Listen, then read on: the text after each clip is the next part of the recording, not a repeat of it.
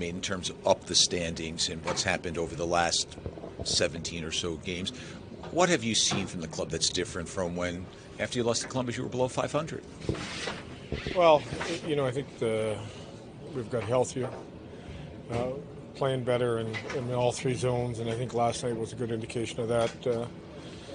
I think our penalty killing has been stronger, which has really helped us. So special teams is a big factor also.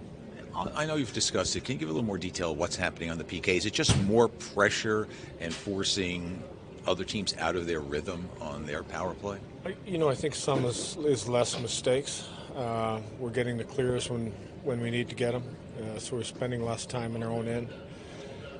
Denying entries has been important. They went through us a couple times last night, although the one play would have been offside. But when you look at one denied entry is going to cost the team 20-25 seconds. So important to get those. You've talked about the need to play a strong defensive game. The goals will come, but they've tended to come from just a handful of players.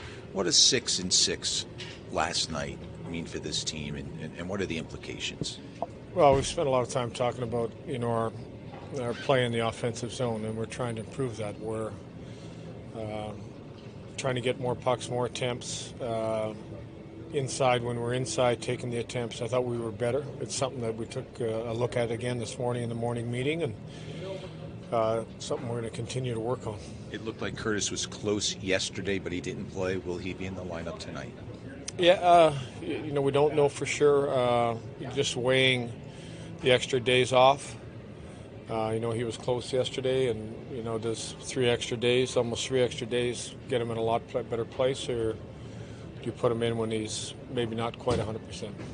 Lindy, the other day you were saying, there was the thought of perhaps changing your power play units, and then you come back the next day and say, we discussed and we're going to keep it together. And yesterday they, had those power play goals.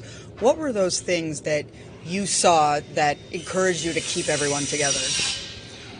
Well, I think it's been a good unit, and sometimes the unit will struggle, and sometimes you got to let them get through those struggles. I think sometimes when you threaten a separation, sometimes you get a better result too. But I think all power plays have their highs and lows, and we were on a pretty good run and struggled for a bit, and then came back with a great effort last night. Obviously the second games of back-to-back has been a bit of a challenge for this group. Does last night winning comfortably and allowing you to maybe roll the lines a bit more in the third period put you in a better spot today, do you think? You look at that and you're hopeful of that you didn't overplay anybody. We know that back-to-back, I think the most important thing is managing the game, is managing the puck. Has got us in trouble where don't beat yourself, where some of the careless puck plays in the past and those back-to-back games have really hurt us. Is that something that you talk about too, the second half struggles right now, like players saying aware of something like the power play, they're able to sort it, but something like this, especially with another 3 days off like last week?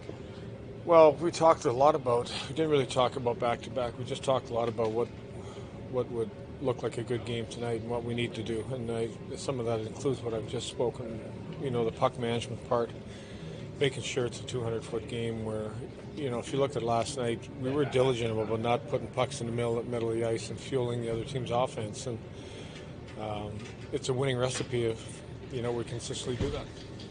Thank you, Lindy. You're welcome.